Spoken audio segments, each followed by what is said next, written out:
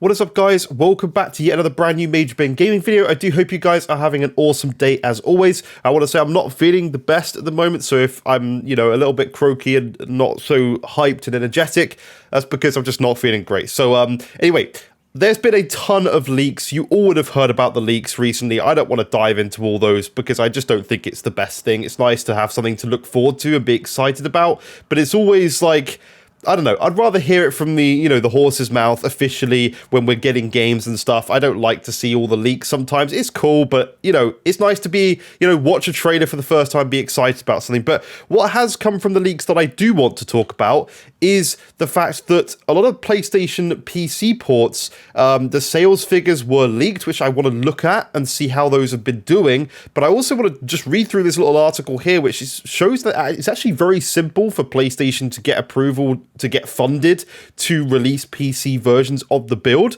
So, as you can see by the headline here, inexpensive PlayStation PC ports only require an email approval to get funded. Spider-Man 2, Wolverine already have PC builds. So PlayStation PC ports have been releasing steadily these past few years, and it seems like the process to get any approvals is relatively straightforward if the port doesn't cost too much to develop. According to the leaked document that emerged online today following a ransomware attack against Insomniac Games, as reported on the Reset Era forums, any port that requires less than $30 million to develop only requires email approval to get funded. This was the case with Ratchet & Clank Rift Apart ports, which cost far less than $30 million. Speaking about PlayStation PC ports, some of them have done extremely well on the market. Another leaked document, which we'll actually get into a minute, with all the sales figures showing Horizon Zero Dawn sales figures, followed by God of War and Days Gone. As far as future unannounced ports, the documents revealed none of them, although other files in the leak confirmed how there are already PC builds for Marvel's Spider-Man 2 and Marvel's Wolverine. I mean, it's kind of obvious because all games are developed on PCs. They develop them on high-end PCs. That's how games are made. So, in the end of the day, there's always going to be a PC version of most games because they're developed on PC and then they're put on console, even in case of exclusive games on PlayStation.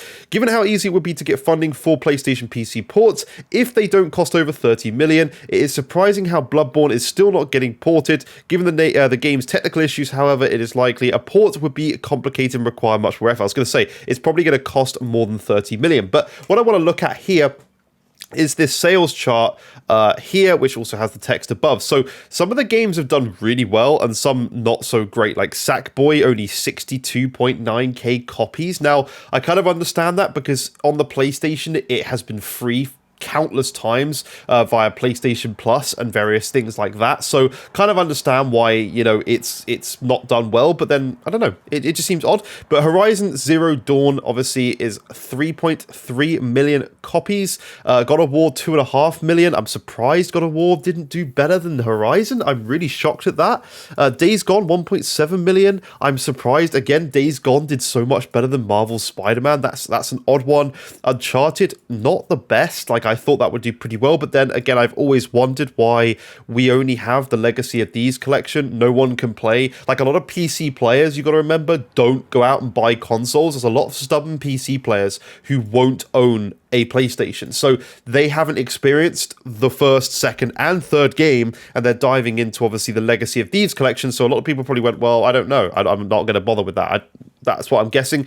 Miles Morales, interesting, considering he's the main Spider-Man going forward, I guess, since Peter Parker's retired, which I completely disagree with. And it's funny how it only sold like a third of the copies. So that's interesting. And as we said, Sackboy is very, very low. And there's a little Steam sales chart here of, the various stuff. But hopefully we do see some more PC ports soon, because from my point of view, obviously we're getting Horizon Forbidden West, which I'm excited to see on my PC. Obviously, as I said in my previous videos, I have a 4090, so I can't wait to use that and play like Horizon Forbidden West already looks insane on the PlayStation 5. It's one of the best looking games I've ever played, and that's across PC and console, and I'm playing that on the PlayStation, so I'm looking forward to seeing what it's like at like full native 4K 120 FPS locked on my 4090. It's going to be so good, so I can't wait to see that. But I'm hoping we do get a Marvel Spider-Man 2 port to PC announced this year, or next year, sorry. I'm hoping we get the release, so it's normally like September or something. I think it's kind of when they tend to do those. But yeah, I just thought it was interesting to talk about these PC ports because they are doing well. Like, you got to remember the fact that they just can re-release these same games, like Horizon Zero Dawn, obviously, all God of War, Days Gone. All these games aren't very new either. They're all PlayStation 4 era games, and all they've got to do is just port it to PC, and they get 3.3 million copies of Horizon Zero Dawn. God of War's 2.5 million copies. Days Gone has done well. Even Marvel's Spider-Man they do the remastered version on PC, but it's still the same game. Uncharted Legacy of Thieves, same game. You know, they're already making all these games anyway. They're either old games on PlayStation 4 or they're already on PS5. They just got to port it to PC, up the graphics, up the settings. Doesn't cost much. They only send an email out to approve it, apparently, and then the work begins. And as long as it's under 30 million, they can do it very, very quickly. So anyway, hopefully we get more PC ports, because it's good for all gamers. I know there's a lot of people out there who disagree with all these PC ports.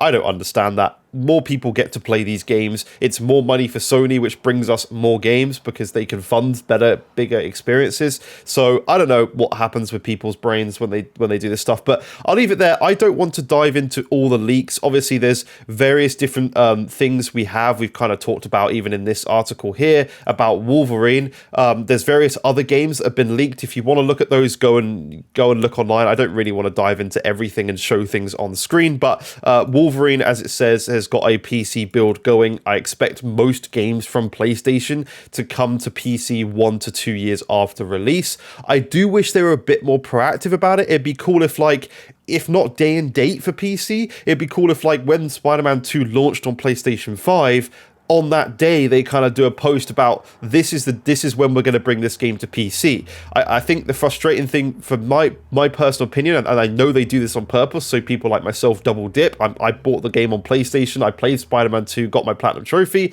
and I'll play it again on PC. So they know that.